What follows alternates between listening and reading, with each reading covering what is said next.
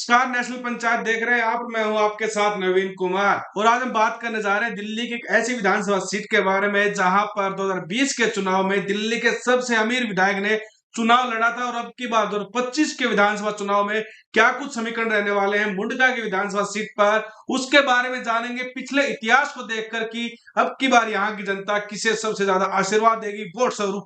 अगर हम बात करें यहाँ पर कैंडिडेट की तरफ से, अब की बार आम आदमी पार्टी की तरफ से जसबीर कराला को चुनावी मैदान में उतारा गया है। अच्छी पैठ है इनकी इस इलाके में। वहीं बीजेपी की तरफ से गजेंद्र दराल को चुनावी मैदान में उतारा गया। हालांकि कुछ खबरें सामने आई थी कि बीजेपी के ही नेता इनका विरोध कर रहे थे इनको टिकट मिलने की वजह से, लेकिन अब यहाँ पर स्थिति साफ हो चली है कि कांग्रेस पार्टी ने जैसे ही आम आदमी पार्टी से आए हुए यहाँ पर धर्मपाल लाकड़ा को चुनावी मैदान में उतारा है, तो उसके बाद एक तरह चुनावी जो माहौल है वो बन चुका है। यहाँ पर जो धर्मपाल लाकड़ा है ये वही नेता है जिनके नाम सबसे ज्यादा चल अचल संपत्ति थी 2020 के विधानसभा चुनाव में। तो चले जल्दी लौट कर देखते हैं कि 2020 के विधानसभा चुनाव में यहाँ पर क्या कुछ रहा था। वो धर्मपाल लाकड़ा को यहाँ पर हम देखते हैं कि 90,293 वोट मिलते हैं। उन्होंने आजाद सिंह जो भारतीय जनता पार्टी की तरफ से चुनाव लड़ रहे थे उनको 19,158 वोटों से यहाँ पर हराया। आम आदमी पार्टी को 53.78% यहाँ पर वोट मिलते हैं।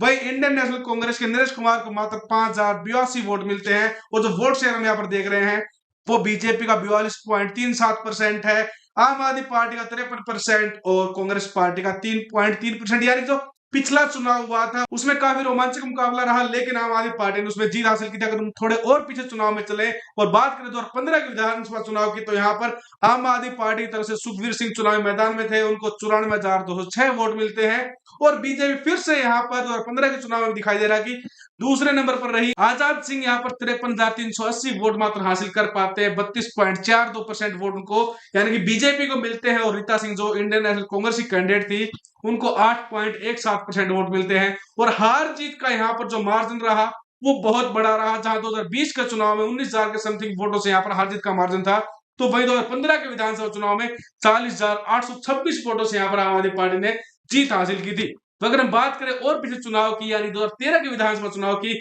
रामवीर शौकीन इंडिपेंडेंट के तौर पर यहाँ पर चुनाव लड़े, 52,564 वोट उनको मिलते हैं।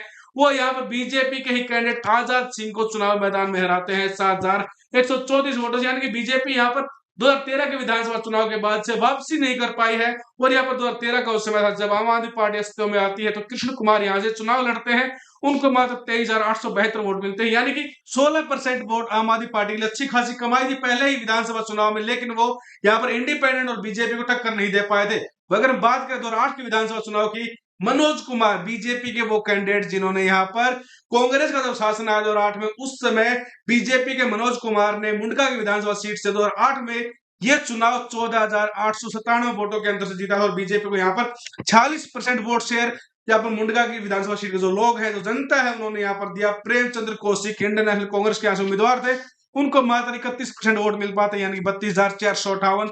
वही जसबीर बसपा के कैंडिडेट, उनको 12% वोट के साथ यहाँ पर संतोष करना पड़ता है। लेकिन अब की बात 2025 के जो विधानसभा चुनाव होने जा रहे हैं, इसमें सबसे बड़ा सवाल कि यहाँ की जनता किसे विधायक चुनेगी। क्या 2020 के सबसे अमीर विधायक को यहाँ पर फिर से मौका देगी, या फिर बीजेपी और कांग्रेस यहाँ पर, माफ कीजिएगा, बीजेपी और आम आदमी पार्टी यहाँ पर कोई बड़ा खेल करेंगे। उसके बारे में अपनी जो राय है वो हमारे कमेंट सेक्शन में जरूर रखें। साथ ही साथ आने वाली जितनी विधानसभा सीटें हैं उनका पूरा विश्लेषण देखने के लिए आप हमारे चैनल को सब्सक्राइब करें और जो बटन है, आइकॉन है, उसको जरूर दबाएं ताकि आप हर अपडेट से यहाँ पर वाकिफ रहें। धन्यवाद।